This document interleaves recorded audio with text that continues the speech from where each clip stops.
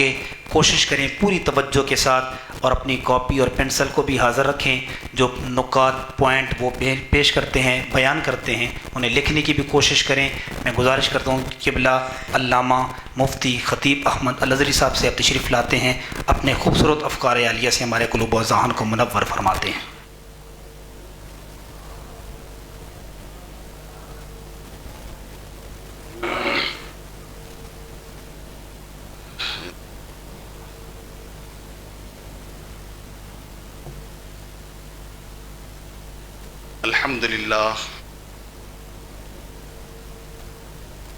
الحمد لله الذي أبدع الأفلاك والأرضين،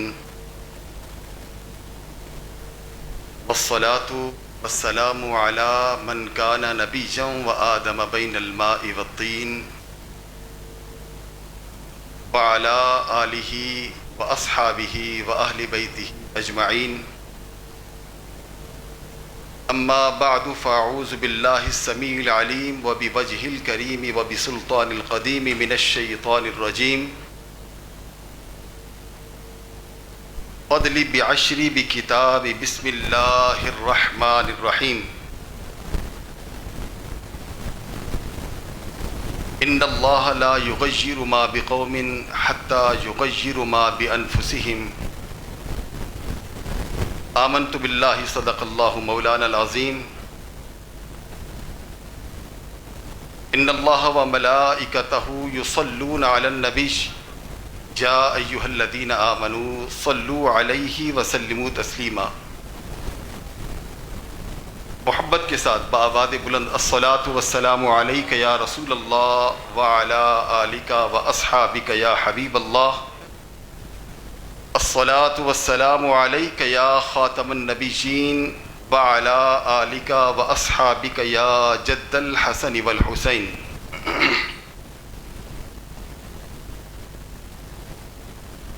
معزز محتشم شرکائے کورس، بانی محفل، برادر عزیز مجاہد اہل سنت حضرت علامہ مولانا نوید احمد سیالوی صاحب دادہ اللہ تعالی علما و عملا، برادر مکرم حضرت علامہ مولانا محمد عارف ضیائی صاحب دعوت برکاتہم العالیہ،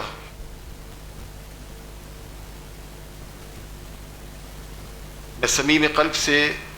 بانی محفل علامہ سیالوی صاحب کو مبارکباد پیش کرتا ہوں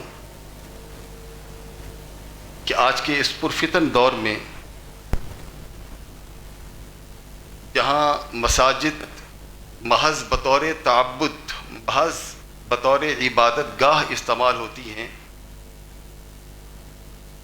وہاں انہوں نے اس پرفتن دور میں قرون اولیٰ کی یاد تازہ کرتے ہوئے اور اصحاب صفہ کی اس عظیم سنت کو زندہ کرتے ہوئے مسجد کو حقیقی معنوں میں، جو مسجد کا اصل مقام ہے، ہم نے تو محض یہی سمجھ رکھا ہے کہ نماز پڑھی، جوتیاں اٹھائیں اور واپس گھر کو چل دیے، لیکن تعلیم و تعلم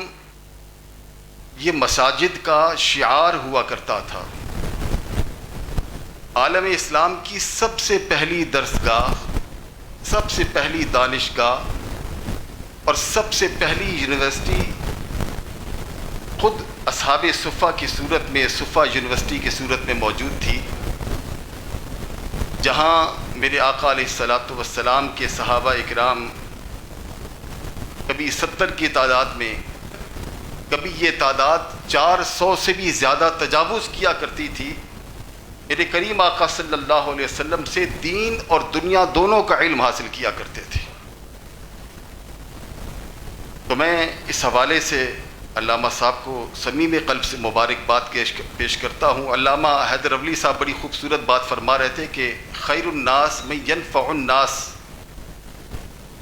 تو آج کے اس پرفتن دور میں علامہ صاحب کی یہ سعی جمیل ایک شجر ثمر بار کی ہے، اللہ تعالیٰ انہیں بہترین جزا عطا فرمائے۔ عزم فروغ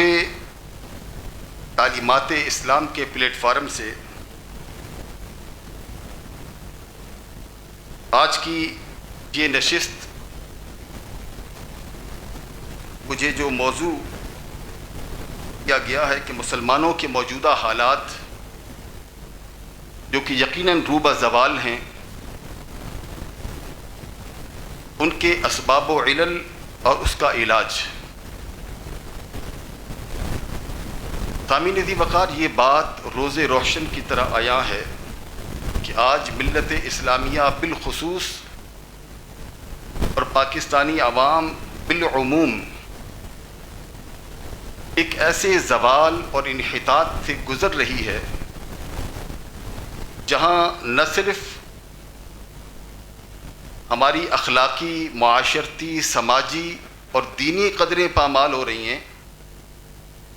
وہاں ساتھ ساتھ اصلاح احوال کی حالت بھی بڑی ناگفتہ بے ہے۔ امت مسلمہ گزشتہ کئی صدیوں سے جس تیزی کے ساتھ